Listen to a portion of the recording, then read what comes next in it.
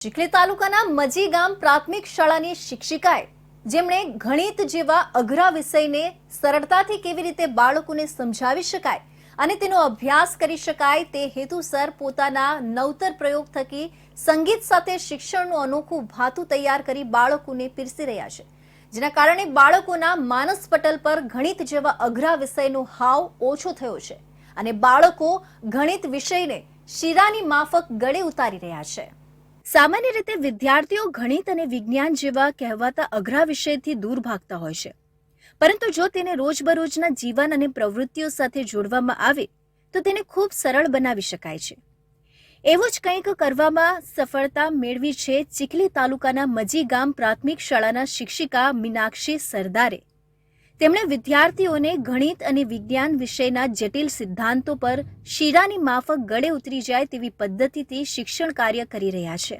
અઘરા અને બોરિંગ લાગતા ગણિત વિષયને માત્ર ગોખડપટ્ટીથી નહીં પણ હોશે હોશે શીખે એ માટે ચીખલી તાલુકાના મજી ગામની પ્રાથમિક શાળાના શિક્ષિકાએ ગણિત અને વિજ્ઞાન વિષયના એક પછી એક 70 થી 80 ગીતો રચી એને બાળ ગીતો, ભજન ગીતો, ફિલ્મી ગીતોના ઢાળમાં ઢાળીને શાળાના ક્લાસરૂમમાં પોતે પણ ગાઈને અને વિદ્યાર્થીઓ પાસે પણ ગવડાવીને શીરાની જેમ ગણિતને ગળે ઉતારી રહ્યા છે।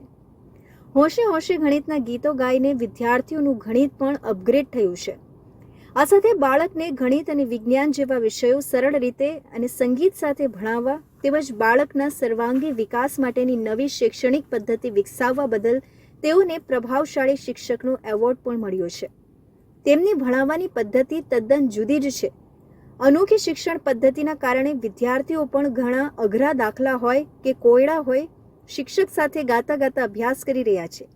શિક્ષકની સંગીત સાથે શિક્ષણ પીરસવાની રીતને વિદ્યાર્થીઓ ખૂબ પસંદ કરી રહ્યા છે, જેથી વિદ્યાર્થીઓ પણ હોશે હોશે ગીતો ગાઈને સંગીતના સથવારે ગણિત શીખી રહ્યા છે। ગીતોને મેં મારા શાળામાં વર્ગખંડમાં લાવીને મૂક્યા અને જ્યારથી ખરેખર હું વાત કરું તો ખરેખર જ્યારથી આ ગીતો દ્વારા મારા તરફ શિક્ષણ આપવામાં આવ્યું બાળકોને, ત્યારે ગણિત અને વિજ્ઞાનના જે અઘરા એકમો છે એ બાળકો ખૂબ જ સહજ અને સરળતાથી શીખી ગયા અને ધીરે ધીરે બાળકોનો ગણિત અને વિજ્ઞાન વિષયમાં જે રસ અને રુચિ ન દાખવતા હતા તે પણ બધા વિદ્યાર્થીઓ રસ અને રુચિ દાખવતા થયા અને ધીરે ધીરે અમારી શાળાનો જે ગણિત અને વિજ્ઞાનનો જે ગ્રાફ જે નીચે હતો તે ધીરે ધીરે ઉપર જવા માંડ્યો અને અત્યારની જે પોઝિશન છે બાળકો બધા જ મારા ગણિત અને વિજ્ઞાનમાં ખૂબ જ રસ અને રુચિ દાખવે છે।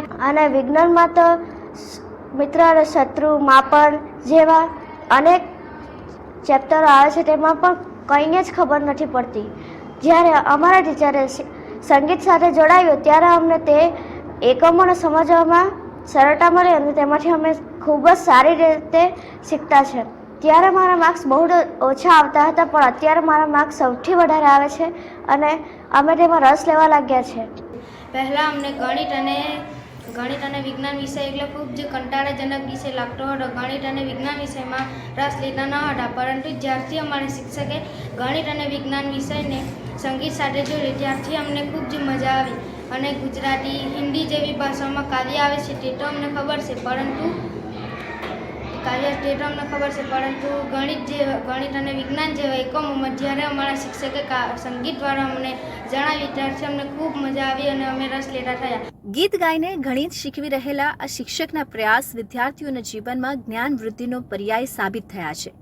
શિક્ષણના નવતર પ્રયોગથી શાળાની સુવાસ તો વધી જ છે, સાથોસાથ શિક્ષણ પદ્ધતિની પણ ચર્ચાઓ થવા લાગી છે। આજ સુધી કોઈ પણ શાળામાં ના થયેલો શિક્ષણનો આ પ્રયોગ આધુનિક જ્ઞાન સંવર્ધક શિક્ષણ માટે દીવાદાંડી સમાન છે।